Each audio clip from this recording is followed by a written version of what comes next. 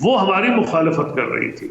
تو ایک تو یہ ہائیسٹ لیول پہ فیصلہ کیا گیا جس میں تمام پاکستان کے ادارے شامل تھے کہ ان کو نیوٹرلائز کرنا چاہیے جو جوئش لابی امریکہ میں ہے تاکہ ہماری مخالفت بند کرے.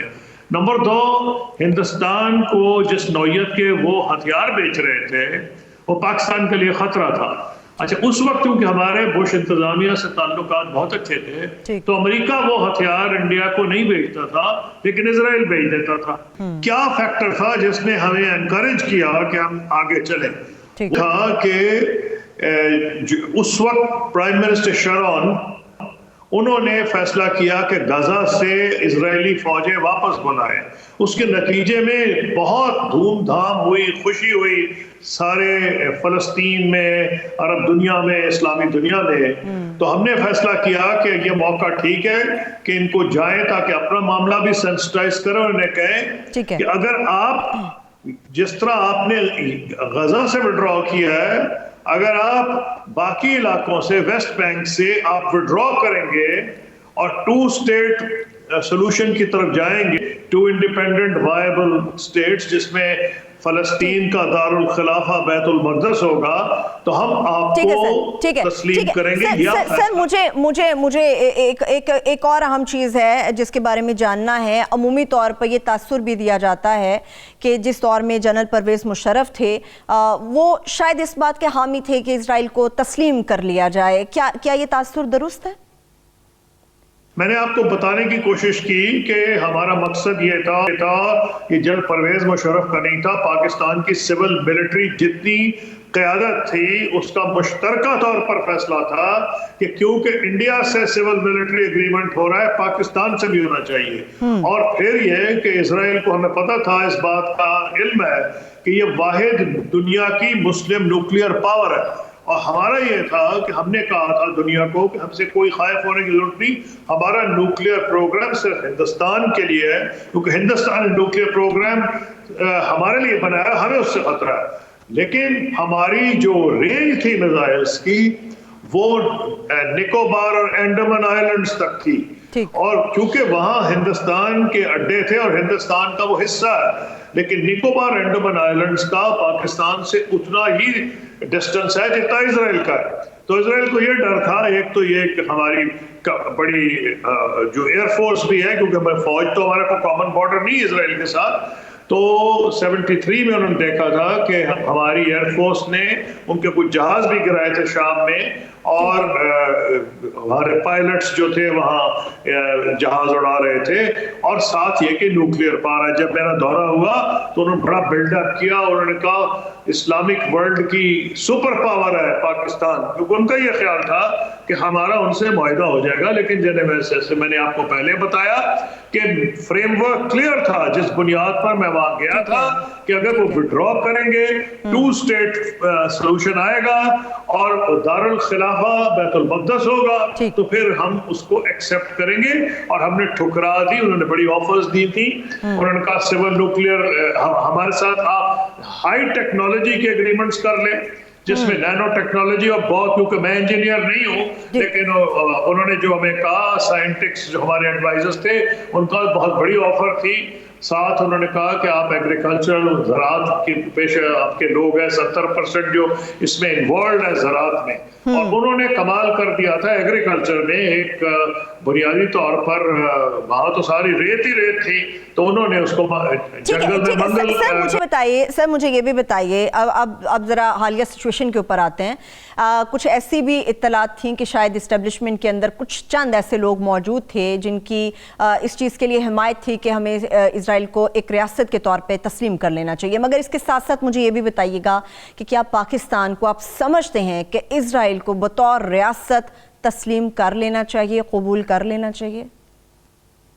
دیکھیے ان کا ایک ہی جواب ہے. پہلی بات یہ ہے کہ فائدہ تو اس وقت بھی تھا پاکستان کو, میں نے آپ کو بتا دیا ہے کہ جی ہم سے وہ ہائی ٹیکنالوجی، پھر ایگریکلچر میں ٹیکنالوجی، پھر ہمیں یہ ڈر ہے کہ جب بھی بھارت سے ہماری کانفرنٹیشن ہوتی ہے وہ ہمیں یہ ڈر ہوتا ہے کہ یہ ان کے ساتھ مل کے کو حملہ ہی کریں گے. بلکہ میں ابھی فارن منسٹر نہیں تھا تو مجھے بھیجا گیا تھا جب انڈیا نے نیوکلیر اپنے ٹیسٹ کیے، اور مجھے بتایا گیا تھا کہ اسرائیل اور انڈیا مل کے پاکستان کے نیوکلیر ایسٹس پہ حملہ کرنے کا پلان بنا رہے ہیں. اور میں نے جا کے پیرس میں ان کی گورنمنٹ کو بتا دیا تھا، کیونکہ پیرس اس وقت پیرس میں موجود تھا، اور کیونکہ فرانس P5 کا یعنی سیکورٹی کونسل کا ممبر ہے، تو میں نے فرانس کو بتایا تھا کہ اگر آپ نے یہ کیا، بتا دیں آپ اسرائیل کو اور انڈیا کو کہ ہمارے ہوائی جہاز F-16 زمین پہ نہیں آئیں گے. 5-6 دن سے وہ ہوا میں ہیں، ایک ختم ہوتا ہے اس کا ایندھن، اس کا تیل، تو دوسرا اڑ جاتا ہے. ہم بھی ٹرمپ بے پہ جو ان کا نیوکلیر ان کی فیسلٹیز ہیں، اگر انہوں نے کہوٹا پہ حملہ کیا تو ہم ٹرمپ بے پہ حملہ کریں گے. تو مقصد یہ تھا کہ اسرائیل انڈیا کا ایک پارٹنر بھی بن سکتا ہے، تو اس کو نیوٹرلائز بھی کیا جا سکتا ہے، لیکن کوئی کام نہیں ہو سکتا. میں آپ کو اگزامپل بتاتا ہوں. جب کشمیر کے اوپر ہم ہندوستان سے بیک چینل پہ بات چیت کر رہے تھے، جس میں اتنی پروگرس ہوئی تھی کہ مسئلہ کشمیر کے حل کے قریب تھے، اس وقت میں نے 3 سال پبلک اوپینین کو سینسیٹائز کیا، کیونکہ ڈر یہ تھا کہ اگر آنن فانن ہم نے اعلان کر دیا اور لوگوں کو نہ بتایا تو پبلک شوق میں آئے گی اور ریجیکٹ کر دے گی. ٹھیک ہے، بہت شکریہ سر، تھینک یو سو مچ سر. بہت شکریہ آپ کے قیمتی وقت کا. سابق وزیر خارجہ خورشید محمود قصوری صاحب ہمارے ساتھ موجود ہیں. ہارون صاحب، اس سے پہلے آپ بھی کہہ رہے تھے کہ قصوری صاحب سے آپ کی بھی ذاتی حیثیت میں بات چیت ہوئی ہے، مگر میں ان کی گفتگو سے جتنی بھی چیزیں سمجھ سکی ہوں ہارون صاحب، اس میں تو تب بھی فائدے کی بات کی جا رہی تھی. ایسا محسوس ہوتا ہے کہ فائدہ آج بھی اگر اسے ایک ریاست کے طور پہ تسلیم کرتے ہیں، آفرز تو بہت ہوں گی، تو پاکستان ایسی صورت میں کیا کرے گا؟ گزارش یہ ہے کہ اس وقت بھی وہ دھوکہ دے رہے تھے، اب بھی دھوکہ دے رہے ہیں. وہ غزہ سے فوج ہٹا لی تھی، تو پھر وہ غزہ میں فوج واپس کیوں بھیج دی، اور وہاں کیوں اپنا آبادی بسا رہے ہیں، بستیاں بسا رہے ہیں. اور یہ پاکستانی اشرافیہ کو ٹیمپٹیشن ہوتی ہے، بار بار ہوتی ہے. صرف یہی نہیں، جنرل مشرف تسلیم کرنے پہ آمادہ تھے پوری طرح. قصوری صاحب محتاط آدمی ہیں، ظاہر ہے وزیر خارجہ رہے ہیں، ویسے بھی طبعاً بھی محتاط ہیں. بعض باتیں انہوں نے بتائی نہیں ہیں. جنرل مشرف تسلیم کرنے پہ آمادہ تھے، وہ گئے، جو یہودیوں کی سب سے بڑی تنظیم ہے وہاں پہ، صہیونیوں کے، بلکہ امریکہ میں، انہوں نے جنرل مشرف کو دعوت دی، انہوں نے اس سے خطاب کیا، کھڑے ہو کے وہ بہت دیر تک اسٹینڈنگ اویشن جسے کہتے ہیں، تالیاں بجاتے رہے. انہوں نے امیدیں باندھ رکھی تھیں کہ یہ تسلیم کر لیں گے.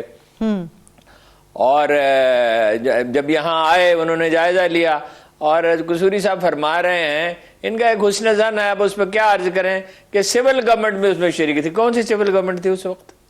کوئی تھی سول گورنمنٹ؟ کون تھا اس وقت وزیر اعظم؟ آپ کو یاد ہے؟ وہ ایک صاحب جو بینکر تھے، جن کا نام بھی بھول چکے، مجھے بھی نہیں یاد آ رہا. شوکت عزیز صاحب کی آپ بات کر رہے ہیں، غالباً ہارون صاحب. شوکت عزیز صاحب، تو شوکت عزیز صاحب سول گورنمنٹ تھے. شوکت عزیز صاحب جو ہیں، ان کی کوئی نمائندہ حکومت تھی. اس سے پہلے ظفر اللہ خان جمالی تھے، تو ان کی کوئی صے تھی حکومت میں. ان کی دانائی کا یہ عالم تھا. عمران خان صاحب کے لطیفے لوگ سناتے ہیں کہ وہ گزر رہے تھے ایک جگہ سے اسلام آباد میں، تو وہ گلوب لگا ہوا تھا وہاں. گلوب آپ کو پتا ہے زمین جو ہے 45 کی زاویے پر ہے، تو گلوب بھی 45 کے زاویے پہ ہمیشہ ہوتا ہے. تو انہوں نے کہا اس کو سیدھا کرو، یہ کیا مذاق ہے. ٹھیک ہے، اس کو سیدھا کر دیا گیا، اور ابھی تک سیدھا ہے اللہ کے فضل و کرم سے. اور کسی نے کہا 2 قومی نظریہ، تو انہوں نے کہا کوئی 2 قومی نظریہ نہیں، قوم ایک ہوتی ہے، کوئی 2 قومی کا نظریہ نہیں. یہ 2 ہمارے وزرائے اعظم تھے. سول گورنمنٹ کا کوئی رول نہیں تھا. قصوری صاحب کے بارے میں ہم یہ کہہ سکتے ہیں کہ وہ ایک آنیسٹ آدمی ہیں، ان کا بیک گراؤنڈ ایسا ہے، ان کے والد صاحب بھی ایسے ہی تھے، صاف ستھرے آدمی تھے. لیکن یہ تو خوش فہمی ہے نا کہ ہم انہیں تسلیم کر لیتے، ہمیں بڑی ٹیکنالوجی وہ دے دیتے. وہ پر ٹیکنالوجی کل بھی عرض کیا تھا، ابزارب کرنے کی صلاحیت کہاں 16ویں 17ویں صدی کی ہے، اور وہ ٹیکنالوجی دنیا میں اور کہیں سے نہیں مل سکتی. اور نیوٹرلائز وہ کہتے ہو جاتے. نیوٹرلائز کیسے ہو جاتے؟ امریکہ کے ساتھ ہمارے تعلقات بالکل ٹھیک ہے نا. امریکہ کے ساتھ ہمارے تعلقات ٹھیک ہے نا, یہی اسرائیل کے ساتھ زیادہ سے زیادہ کیا تعلقات ہو سکتے ہیں جو امریکہ کے ساتھ ہیں. تو امریکی اندھے ہیں, انہیں نظر نہیں آتا 60 یا 66 ٹیررسٹ کے کیمپ ہیں افغانستان میں. امریکیوں نے کبھی اس کو روکنے کی کوشش کی؟ وہاں سے جو ٹیررسٹ آتے ہیں افغانستان سے, کبھی انہوں نے یعنی برائے نام بھی, برائے وزن بیعت جسے کہتے ہیں, انہوں نے نہیں افغانیوں کو منع کیا. ظاہر افغانستان کے عوام تو ہمارے خلاف نہیں ہے, انہوں نے اشرف غنی کی انتظامیہ کو کبھی اس سے منع کیا؟ این ڈی ایس کی اور راہ کی جو کلیبریشن ہے. چلیں اس پہ بھی میں آؤں گی ہارون صاحب, اس پہ بھی میں آؤں گی. دی اکانومسٹ میگزین نے ایک رپورٹ بھی شائع کیا, اس کے اوپر تو ہم بات کر لیں گے, مگر میں جب بریک سے واپس آؤں گی تو بات کروں گی کہ ملتان جسے اولیاء کی سرزمین کہا جاتا ہے, وہاں پر کس طرح سے ٹکراؤ کی سیاست ہو رہی ہے. کیا اولیاء کی سرزمین پر انارکی پھیلنے جا رہی ہے؟ چھوڑی سی بریک, اسٹے ود اس.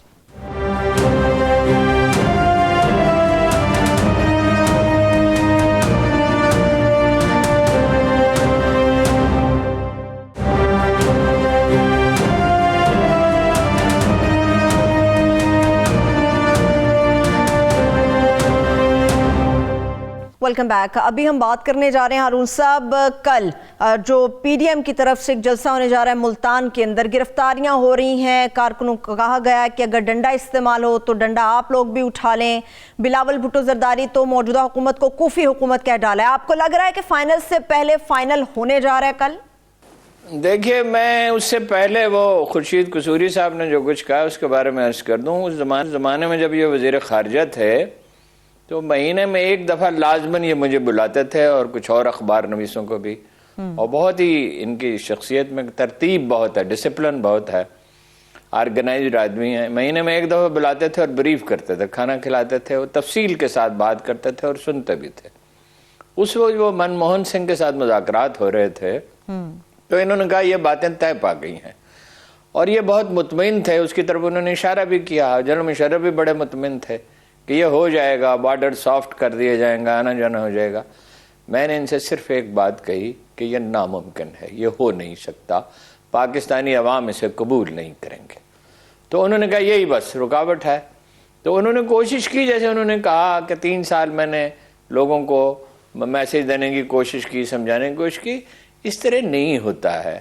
تو ہسٹری کی مکینکس اور کہتی ہیں جب قوموں میں دشمنی اتنی نفرت گہری ہو جاتی ہے, یا اب اندرون ملک کا حال دیکھ لیجئے. تو کشمیر میں بھی یہی عمران خان صاحب نے کہہ دیا تھا کہ امید ہے. ویسے تو میرا خیال انہوں نے موٹیویٹ کرنے کے لیے کہا. کتنے مذاکرات سورن سنگھ کے اور بھٹو کے ہوئے تھے, اور کب سے ہو رہے ہیں, اور کتنی بار انہوں نے وعدے کیے اور کتنی بار مکر گئے. اسرائیل کبھی آپ کا دوست نہیں ہو سکتا, امریکہ کبھی آپ کا دوست نہیں ہو سکتا. وہ پاکستان کی خاص اہمیت ہے, مجبوری ہے, پاکستان کو نظر انداز نہیں کیا جا سکتا کسی طرح بھی. ایک ایٹمی طاقت ہے, جب ضرورت پڑتی ہے تو کیسے افغانستان میں جب ضرورت پڑی روسی آ گئے تو کس طرح بھاگے ہوئے آتے تھے منہ میں گھاس لے کر, اور جب وہ قصہ ختم ہو گیا تو کیسے بھاگ گئے. اور اب پھر وہی رویہ ہے. اب جب واپس جا رہے ہیں, مدد تو ہم نے ان کی لیکن بس اتنی ہی کی سوچ سمجھ کر جتنی کرنی چاہیے تھی. اور طالبان سے مسلسل دباؤ تھا. میں نام لے کے بتا سکتا ہوں کہ کس کس آدمی سے کس کس امریکی نے کیا کہا, بہت سی باتوں کا مجھے علم ہے. مسلسل دباؤ تھا کہ جی طالبان سے تعلق نہ رکھیں. اس میں ہمارے ایک چیف آف آرمی اسٹاف نے ان سے یہ کہا, ایک طرف آپ کہتے ہیں ہمیں انفارمیشن چاہیے, ہمیں معلوم ہونا چاہیے کہاں ٹیررزم ہو رہا ہے, کیا ہو رہا ہے, کہاں حملے ہو رہے ہیں, اور دوسری طرف آپ یہ کہتے ہیں رابطہ بھی نہ رکھیں. تو کس طرح سے انفارمیشن ہوگی؟ بڑی تلخی پیدا ہوئی. آپ کو یاد ہے سلالہ پہ حملہ کیا گیا پاکستانی چوکی پہ, 7 مہینے ہم نے سپلائی بند رکھی. یہ خوش فہمیوں کی دنیا. صلح تو ہونی چاہیے. اگر جو پرنس عبداللہ کا جو فارمولہ تھا 2000 کا, کیا اس پہ ذرا سی بھی پیش رفت ہوئی؟ اور اب جو لوگ مان رہے ہیں اس پیش رفت کے بغیر مان رہے ہیں نا, اس کے جبر کو اور قوت کو تسلیم کر کے اور بلیک میلنگ سے مان رہے ہیں.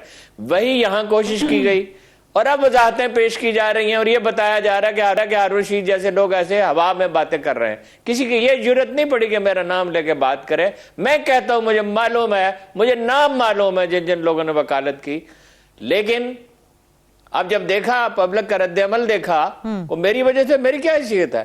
جب ظاہر ہے کوئی سروے بھی کرائے ہوں گے, فوج کے اندر بھی ہوتے ہیں, باہر بھی ہوتے ہیں, سول میں بھی ہوتے ہیں, ہر کہیں سروے تو ہوتے رہتے ہیں, سروے بھی کرائے ہوں گے. اور پبلک اوپینین جب معلوم کی تو پیچھے ہٹ گئے. لیکن یہ مستقل طور پہ پیچھے نہیں ہٹے ہیں. پھر کوشش کریں گے کچھ لوگ. اگر ملکوں اور قوموں کی حفاظت قومیں خود کیا کرتی ہیں, اگر قوم جاگتی نہیں رہے گی تو بڑی خرابی ہوگی. کسی وقت بھی کچھ بھی ہو سکتا. ہارون صاحب جو کل جلسہ ہونے جا رہا ہے, ایسا محسوس ہوتا ہے نارکی پھیل جائے گی. کل آصفہ بھٹو بھی خطاب کرنے جا رہی ہیں. مریم صاحبہ کیسے پہنچیں گی جبکہ سب جگہ بند کر دی گئی ہیں؟ کل کیا ہوگا؟ فائنل سے پہلے فائنل ہونے جا رہا ہے پھر؟